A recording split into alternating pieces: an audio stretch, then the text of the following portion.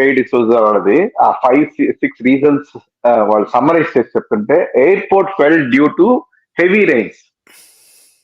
Airport was constructed in 2009. ఇట్లాంటి పిచ్చి పిచ్చి సాకులు ఇస్తున్న అంటే వాళ్ళు కాంగ్రెస్ హయాంలో అంతే కదా. ఎనీథింగ్ ఇస్ బిఫోర్ 2014 14 వచ్చారు, ఇప్పుడు వచ్చారు 2009 వచ్చారు, అదే 2014 14 వచ్చారు, 14 కి ముందు. ఇప్పుడు అందుకే కదా ఈవెన్ మొన్న ప్రధానమంత్రి కూడా ఎప్పుడో జరిగిన ఎమర్జెన్సీ విషయాల్ని రాష్ట్రపతి చేత కూడా చెప్పేస్తున్నారు వీళ్ళు.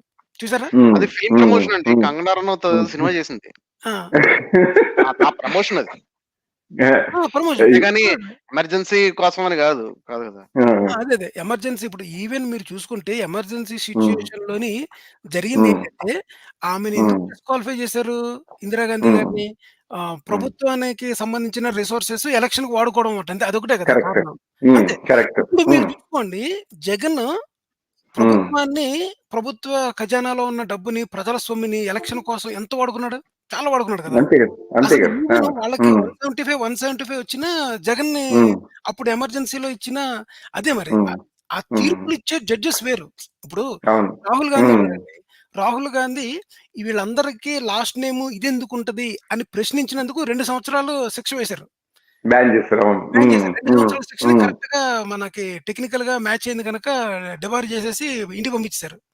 ఓకే, వెంటనే జరిగింది. నెక్స్ట్ డే ఈ రోజు తీర్పు వచ్చింది, నెక్స్ట్ డే అని చెప్పేశారు అనమాట. సో దీన్ని బట్టి మీకు అర్థమవుతుంది చూసారా, న్యాయ వ్యవస్థ అన్నది ఏ విధంగా మన ఓన్ దీని గురించి వాడుకోవచ్చని. ఇప్పుడు అలాగైతే మన మోడీ గారు ఏమడిగారు? మీ మంగళసూత్రాలు లాక్కెళ్ళిపోతారు, తర్వాత ఏమో మీ సంపదను అంతా తీసుకెళ్లి పంచేస్తారు, మీ ఆవుల్లో తీసుకెళ్ళిపోతారు, తర్వాత నేను సాక్షాత్తు దైవాంశ సంభూతుణ్ణి అని ఎలక్షన్ కు ముందు చేసిన ప్రోపగండా ఏదైతే ఉందో అది కూడా జనాల్ని మిస్లీడ్ చేయడము.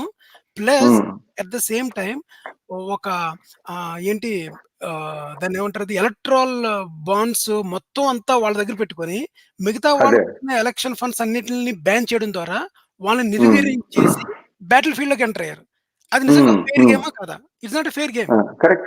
అదే సార్, అంటే అది దాన్ని ఏమంటారు అంటే, ఈ వాటబర్టరీస్ లో తర్వాత blaming others for their mistakes, ఇవన్నీ ఎంత అంటే నేను ఒక చిన్నది, నేను my family travelling from Delhi to US next week.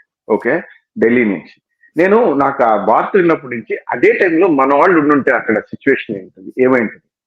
Okay, ఆ పెయిన్ అనేది, ఆ ఫియర్ అనేది ఏంటి అనేసి నాకైతే I couldn't even sleep for you know ఇంత, అంటే ఆ టెన్షన్ వచ్చేసింది అనమాట. అదే రోజు మన వాళ్ళు ఉండుంటే అక్కడ ఆ వారం పట్టం 4 రోజుల తర్వాత అండ్ చూసారండి మీ సోషల్ మీడియాలో, ఇది అప్పుడు కన్స్ట్రక్ట్ అయిన ఇల్లు అని చెప్పేసి వీళ్ళు కొట్లాడుకోవడాలు, ఏది ట్విట్టర్ లో వీటన్నిటిలో ఏమని, అప్పుడు కన్స్ట్రక్ట్ అయింది కదా, ఇలాంటి న్యాచురల్ డిజాస్టర్స్ జరిగినప్పుడు. అదే fade D'Souza summarised it very well. It didn't happen due to rains. It happens due to poor construction, corruption, negligence. That is the reason of why it happened. It's just negligence. Every year periodic గా మీకు construction maintenance ఇదంతా assessments ఉంటాయండి, చెయ్యాలి. అదే ఏదైనా mistakes ఉన్నాయనుకున్నా తర్వాత సవరించడం ఉంటుంది. బ్రిడ్జెస్ కూడానండి ఇక్కడ టాప్ క్లాస్ బ్రిడ్జెస్ వచ్చేసారా, గోల్డెన్ గేట్ బ్రిడ్జెస్ కానీ, లేకపోతే మన ఏంటి ఆస్ట్రేలియాలో బ్రిడ్జెస్ కానీ, లండన్ లో బ్రిడ్జెస్ కానీ, వాటికి maintenance it self is cost in millions of dollars. ఎందుకంటే మనకి ఇలాగ రోప్ కట్టుకొని వెళ్ళి అక్కడ డివైసెస్ పెట్టి క్రాక్స్ ఉన్నాయా లోపల, ఏమవుతున్నాయి, మన ఏంటి రస్ట్ పడుతుందా లేదా అన్ని చూసి చెప్తారనమాట. చూసి అంటే అంతలా మెయింటైన్ చేసి ఉంటారు అనమాట. మనది ఎప్పుడు కూడా వన్ టైం కన్స్ట్రక్షన్. మనం చూసారా, యోగి ఆదిత్యనాథ్ 6 లైన్స్ వేసాడు, ఇన్ లైన్స్ వేసాడు అని చెప్పు. కానీ మీరు ఒకటి చూసుకోండి, ఏంటి మన కాంగ్రెస్ హయాంలో జరిగిన infrastructure development, educational institutions, dams, major projects అనమాట. భారతదేశం మొత్తానికి మేజర్ ప్రాజెక్ట్స్. ప్లస్ 2014 నుంచి ఇప్పటి వరకు 10 years లో జరిగిన మేజర్ ప్రాజెక్ట్స్ కౌంట్ అయ్యండి. ఈవెన్ నెహ్రూ గారు హయాంలో జరిగిన one project itself it is wipe out everything అనమాట. అంటే వైప్ అవుట్ అంటే ఏంటంటే దాని ముందు ఏది నిలవలేదు, ఈ ఎన్డీఏ గవర్నమెంట్ చేసింది అనమాట. సో మనం మైల్ స్టోన్స్ చెప్పుకోవాలనుకుంటే మన ఎవరు వాజ్పేయి గారి టైంలోనే మనకి పోఖ్రాన్ అణు పరీక్షలు జరిగినాయి. ఓకే, అది ఒక మైల్ స్టోన్ అది. సో అలాంటి గ్రేట్ మైల్ స్టోన్స్ ఏమీ లేవు, ఇంక్లూడింగ్ క్యాన్సిలింగ్ ఆఫ్ ఏంటి 370 ఆర్టికల్ కూడా దాని రిజల్ట్స్ ఏమీ లేదు. అంటే క్యాన్సిల్ చేస్తారు కరెక్ట్, కానీ వాట్ ఇస్ ద రిజల్ట్? ఇక్కడ నుంచి మనం పులోమని తండోపతండాలుగా వెళ్ళిపోయి అక్కడ ఎంప్లాయ్మెంట్కి వెళ్ళిపోయి ఇక్కడ నుంచి పులోమని మన వాళ్ళందరూ వెళ్ళిపోయి కాశ్మీర్లో బిజినెస్ ఏర్పాటు చేయట్లా. ఇంక్లూడింగ్ బీజేపీ కూడా కాశ్మీర్లో పోటీ చేయాల. అవును సార్, అవును, correct correct. To add to what you just said, మీరు చెప్పిన దానికి జస్ట్ స్మాల్ అడిషన్. ఇందిరాగాంధీ టైంలో she had her own problems in that emergency times whatever it is, right? But when she was the prime minister, Pakistan రెండుగా విడగొట్టేసి బంగ్లాదేశ్ పాకిస్తాన్ చేసి పడేసింది. She dent market it, right?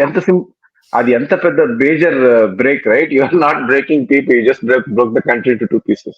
అసలు నిజంగా గనక ఆ టైంలో కనుక ఇప్పుడున్న బత్తాయి గాళ్ళు లాంటి వాట్సాప్ ఇందిరాగాంధీ గారు కూడా ఉండుంటే ఇందిరాగాంధీ గురువుని అయిపోయారండి.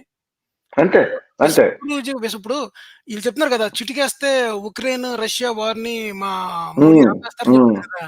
ఇందిరాగాంధీ గారు చేసిన ఆ ఒక్క దాంతో ప్రపంచం మొత్తం ఆమె పాదాక్రాంతమైందని చెప్పేసి వాట్సాప్ లో మనం భజన ప్రారంభించామంటే మోడీ గారు పెద్ద ఐకాన్ అయి కూర్చుండేవారు ఇందిరాగాంధీ గారు. Yeah, very good sir. So నేను ఐ హాప్ అవుట్. ఒక చిన్న సమ్మరీ చెప్తాను, ఐ హాప్ అవుట్ సార్. ఒకటి ఏంటంటే, మీరు ఈ రోజు నుంచి మేము ఇంక ఒప్పుకునేది లేదు. మేమందరం, నేను భక్తుడిని అయిపోయాను ఈ రోజుతో. Okay, first point. ఓకే, మీరు ఇంక మీదట ముహూర్తం చూసుకొనే ఈ స్ట్రీమ్ స్టార్ట్ చేయాలి. ఓకే, స్థల పురాణము చదవాలి. ఓకే, చూసారు, అన్ని కరెక్ట్ గా జరిగాయి. మా గురువులు చెప్పినట్టు, మా స్థల పురాణంలో రాసినట్టు, మన హిందూ స్థల పురాణంలో రాసినట్టు, మన ముహూర్తంలో చూసినట్టు ఎవ్రీథింగ్ హ్యాపెండ్.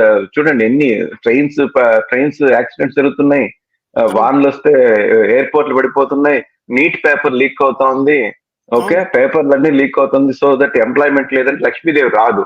చూసారా, ఒక్క చిన్న తప్పు వల్ల ఎన్ని జరిగాయి చూడండి. ఇప్పటికైనా మీరు నమ్ముతారా? సూచనలు కనిపిస్తున్నాయి. ఇంకా మా శరత్ గారు తీరేదేంటని ఆలోచిస్తున్నాను. శరత్ గారు మీకు కోరిలేషన్ ఇస్ నాట్ కాజేషన్ అని చెప్పేసి లాజికల్ ఫ్యాలసీ తీస్తారు బయటకు. ఇప్పుడు నేను ఒప్పుకోమండి శరత్ గారు ఒప్పుకునేది ఈ విషయంలో మస్తు ఒప్పుకోం. మీరు ఇంకేదైనా చెప్పండి, కానీ మా శంకరాచార్యులు చెప్పినట్టు, మా స్థల పురాణం జరిగినట్టు ముహూర్తానికి చేయలేదు కాబట్టి శాపాలు జరిగి ఇటువంటి అనంత కాలం చూస్తా ఉందండి. సార్ గోవింద్ గారు, మీకు నేను లింక్ పెట్టాను వాట్సాప్ లో, అది ఓపెన్ చేయండి సార్. నేను భవిష్యత్తులో నేను మతస్థుణ్ణి అవుతాను. అది నేను కానీ మీరందరూ తప్పు మతంలో ఉన్నారు. నేను కేవలం సిక్ మతంలోకి మారుతానండి. అది ఎందుకో గోవింద్ గారికి నేను లింక్ లో పెట్టాను, అది ఓపెన్ చేయండి సార్. ఒకసారి ఓపెన్ చేస్తానండి. ఇదిగోండి, సూపర్. అవునండి, ఎందుకు స్లో అయింది కంప్యూటర్? ఒకసారి అండి. సైన్ నా కామెంట్ పెట్టాను చూడండి.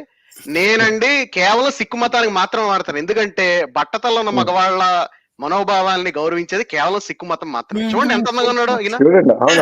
నేను నాకు బట్టతల పూర్తిగా వచ్చేసిన తర్వాత నేను సిక్కు మతంలో జాయిన్ అయ్యి నేను తలపాగా పెట్టుకుంటాను. ఇది మగవాళ్ళ హిజాబ్. ఇది బేసిక్ గా ఇది రియల్ ఎంపవర్మెంట్ అండి. ఇది రియల్ ఎంపవర్మెంట్. నిజంగా ఎంపవర్ చేసేది కేవలం సిక్కు మతం మాత్రమే. బట్టతల రాబోతున్న మగవాళ్ళు, బట్టతల మీ ఫ్యామిలీలో ఉంటే గనక మీరందరూ గుర్తుపెట్టుకోండి, మీ హక్కుల్ని మీ మనోభావాల్ని గౌరవిస్తూ మిమ్మల్ని ఎంపవర్ చేసే హిజాబ్ కేవలం సిక్కు మతంలో మాత్రమే ఉంది. అది టర్బన్. అది చూడండి ఎంతమంది 81 people లైక్ చేశారండి. చూడండి ఎంతమంది ఉన్నారు బట్టతల్లో ఉన్న మగవాళ్ళు, ఎంతమంది అసలు రాబోతున్న వాళ్ళు. నేను ఎప్పుడు ఆలోచించానండి, రిటైర్మెంట్ అయినప్పుడు ఎక్కడుంటే మంచిదా అనుకున్నానమాట. ఎక్కడ ఉంటే మంచిదా అని. నేను అర్జున్ సినిమా చూసాను అనమాట. అర్జున్ సినిమా ఉంది, పేరు మర్చిపోయాను నేను. రామకృష్ణ అనుకుంటా. దాంట్లో ఏమంటారంటే, ఒక మంచి చిన్న ఈ మాఫియా అంతా మానేసేసి, బాంబేలో మాఫియా మానేసి ఒక గోదావరి దగ్గరికి వెళ్ళి చక్కటి పల్లెటూరులోని ఒక చిన్న గ్రామంలో ఉండాలని డిసైడ్ చేసుకుంటాడు అనమాట. ఆ సినిమా చూసినప్పుడు నేను అనుకునేవాడిని, మనం రిటైర్మెంట్ అయిపోతే మంచి గోదావరికి వెళ్ళి అక్కడ చక్కగా ఉండొచ్చు కదా అని రిటైర్మెంట్ ప్లాన్ అనుకునేవాడిని నేను. కానీ రిటైర్మెంట్ తర్వాత మనకు మతం కూడా కావాలి కదా. రిటైర్మెంట్ వచ్చేసరికి మనకి ఎలాగా బట్టబార వచ్చేసి జుట్టు అంతా ఉడిపోద్ది కనుక శరత్ గారు చెప్పినట్టు నాకు ఇప్పుడు రిటైర్మెంట్ దాంట్లో ఈ సిక్కు మతంలోకి మారిపోవాలని కూడా నేను డిసైడ్ చేసుకున్నాను. మీకు ఊడిపోవాలి, మాకు ఊడిపోయింది కాబట్టి మేము ఇప్పుడు అర్జెంట్ హరిద్వార్ వెళ్తున్నాం. శరత్ గారి దగ్గర ఇన్స్పిరేషన్ తీసుకున్నాను ఇప్పుడు. ఓకేనా? బాగా చెప్పారు.